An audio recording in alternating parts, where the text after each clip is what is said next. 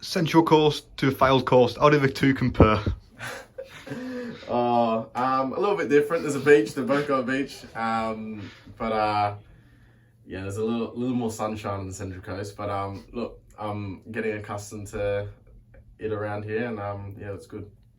What was it like growing up? Obviously, you mentioned playing different sports, but was it like hard to break into football? Was the facilities and the setup there that we have here? Compared to Australia, it was quite difficult at the time coming through. I think there was only a couple of youth contracts, like I mentioned before, that were available to boys probably from ages 16 to 19 coming through. So it was quite hard to break, and there's not as many teams or professional teams within Australia. So it was a difficult process. And I think there was lots of boys trying to get out of Australia into UK to like the youth systems here. That's always a goal for a young boy. But if you're lucky enough and you work hard enough, like you get the opportunity to go and be in the A-League system there, and you can kind of kickstart your career there quite early. So if you get that opportunity, it can be good. Was there a lot of determination then, your end, to break through? Yeah, 100%. I think for me, I was quite small growing up compared to some of the other boys. I was always even put down a level because of my size. So it was always that determination to have extra training, to go out there after school and to keep working. I think it's paid off. How big a jump was it to leave home? And you obviously went to Europe first before you arrived in England, so how big a jump was that? When I was 19, yeah, Portugal was difficult. I think I got there and I was there for 3 weeks, feeling great. And first game came on at half time, and 10 minutes in, one of the centre backs landed on my ankle and tore 3 muscles and damaged my ligaments. So I was out for about 4.5 months. So that was a changing period for me where I learnt a lot. And it was difficult. And having no family there, it was even harder. So I'm grateful for that opportunity, to be fair, because I think it's helped me to get to this point I am now, and it's helped me to, from what I've learned there, to take it back to the A-League and then to obviously kickstart my career again.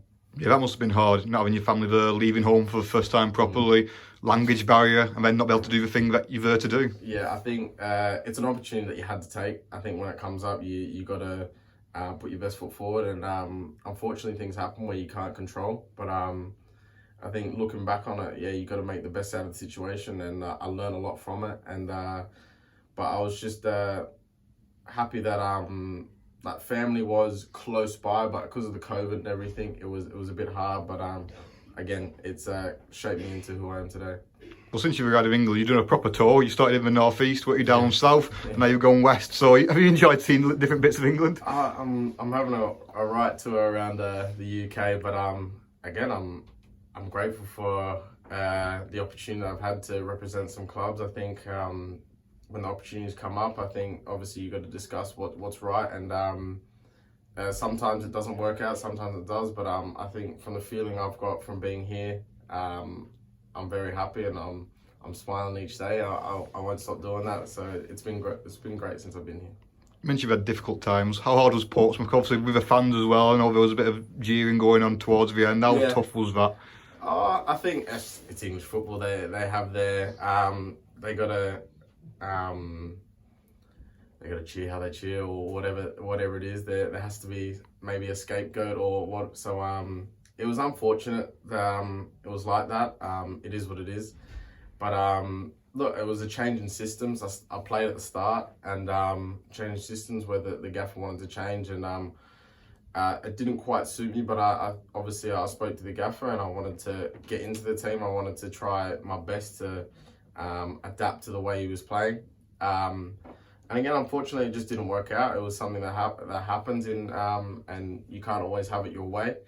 But I did give it my best. Obviously, there was down days, but again, to be kind of chucked in to a game where I think it was a difficult game going away to Bristol City, and I think I tried my best. And obviously, it wasn't a great game. We were down 3-0 at half time, but look, fans gotta blame someone maybe. So it is what it is. But yeah, we'll just take it on the chin and we move on. You seem like a very positive person. Do you take things like that and turn it into a good thing maybe down the line, use it to motivate yourself? Yeah, 100%. I think it's something that will change you for sure. I think if you take it in the wrong way, it can you can take it in a very negative way. But I think the best thing is to go out and prove people wrong. Is to always keep learning from different experiences and just keep going forward. I want to ask about another Australian who's played for Blackpool, Kenny Dougal. Have you ever come across him? Have your paths ever crossed? No, I never spoke to him, never crossed paths with him, but I think it seems like he had a great time here, and yeah, hopefully he's doing well wherever he is. Have you heard of anyone who's here who knows him, said anything about him? Have you fans? Yeah, I've had a couple of people ask me if I know him, but yeah, I just unfortunately haven't spoken to him or never met him. Obviously, Australia's a big country. You can't come across everyone, can you? No, not quite. It is a bit big, that country, yeah. Just on representing the national team, how much pride does that give you, and how much do you feel that sort of growing?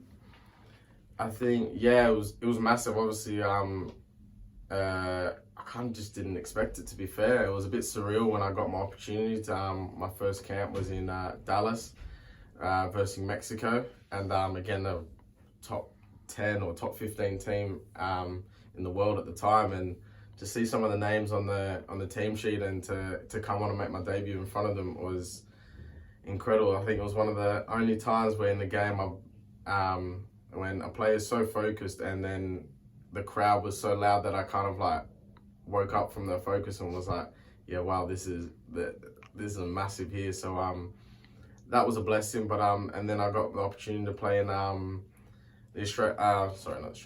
Asian Cup. That was a massive learning for me. The pressure, the pride of every different country, the will and fight from every country to just play each 90 minute with their heart on the sleeve. So that was again another learning curve for me. Do you think some of the big figures who've been in the Australian shirt over the last 20, 30 years has sort of increased the passion for it from the home fans? I think 100%. Yeah, I think we're getting bigger crowds now. That's for sure. Especially when we're going playing games at home. I think just the level of the boys that are coming through now, and even boys that are coming from the A-League now that have the potential of making it into the national team. I think it's amazing for Australian football, and I think it should drive fans to come and watch the games. And I think it just shows that the level that we can reach. I think. Again, their last World Cup, I think the game against Argentina was an amazing game, and I think unfortunately we lost 2-1.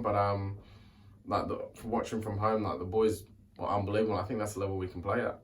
Just finally, you obviously are A-League champion during your time over.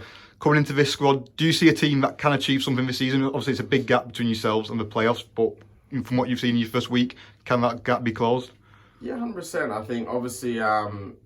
It honestly has the same like feel of camaraderie between the boys in the time I had at Mariners to here. I think it's just it's a good level, and everyone's friendly with each other, and it's great, and everyone wants to fight for each other. I think obviously some results you have to fix and you have to change. Obviously you can't keep the same way. Obviously you got to change them, but I think the boys are close. I think there's a certain way everyone knows which way we want to play here, and I think with a result where maybe it's away at Exeter or another result away somewhere, that can really kickstart our run of wins.